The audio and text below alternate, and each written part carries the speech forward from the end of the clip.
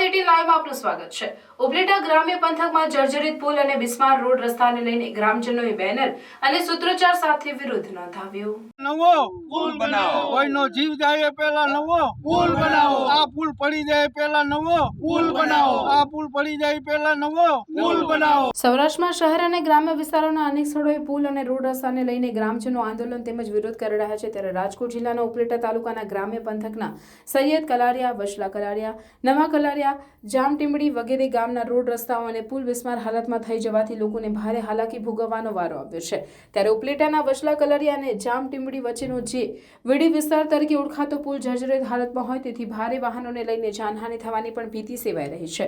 ત્યારે ગ્રામજનોએ બેનર સાથે રોડ રસ્તા રિપેર કરવાની સૂત્રોચ્ચાર સાથે માંગ કરી છે। ચોમાસા દરમિયાન આ પુલ પરથી 4 થી 5 ફૂટ જેટલું પાણી પસાર થતું હોય છે। ત્યારે સૈયદ કલારિયા, વશલા કલારિયા અને નવા કલારિયા એમ 3 ગામ વિખૂટા પડી જાય છે। આ પુલ પરથી રાજકોટ કે ગોંડલ માર્કેટિંગ યાર્ડ ખાતે પોતાનું ખેત પેદાશો લઈ જવા માટે પણ ખેડૂતો ઉપયોગ કરી રહ્યા છે અને અરણી, ખેડસરા, વડાળી, ભાયાવદર અને ઉપલેટા તરફ જવા માટે પણ આ પુલ અને રસ્તાનો ઉપયોગ થાય છે। તંત્રને 15 દિવસ પહેલા રજૂઆત કરેલી ત્યારે કહેલ કે 2 દિવસમાં થઈ જશે, પરંતુ આજ દિન સુધી હજુ કામગીરી કરવામાં આવી નથી।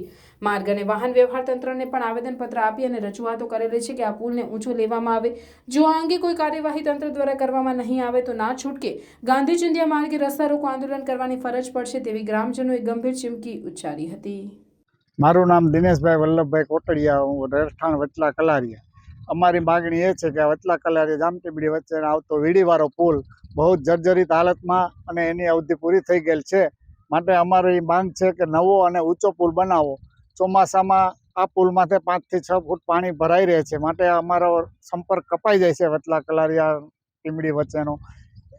એટલે અમારે આ 15 દિવસ પહેલાં એક માંગણી કરેલી છે મકાન વિભાગમાં, જેની થઈ જશે એવી જવાબ મળ્યો છે, પણ હજી સુધી કંઈ તંત્ર હિલચાલ પર થતું દેખાતી નથી। પણ જો અમારી આ માંગ સરકાર શ્રી નહીં ધ્યાનમાં લે તો અમારે ગાંધી ચિંધ્યા માર્ગે રસ્તા રોકો આંદોલન ફરજિયાત કરવા પડશે। સિરાજભાઈ ખેબર, પૂર્વ મહામંત્રી ઉપલેટા તાલુકા કોંગ્રેસ। આજે ઉપલેટા તાલુકાના વચલા કલારિયા અને ટીમડીની વચમાં આવતો કોજવે પુલ, બેઠો પુલ જે વીડીવાળા પુલ તરીકે ઓળખાય છે, જે અત્યંત ખૂબ જ ખરાબ પરિસ્થિતિમાં છે। આ પુલની ઉપરથી અનલોડ વાહન પસાર થઈ રહ્યા છે, જે ગમે ત્યારે મોટું અકસ્માત સર્જી શકે છે।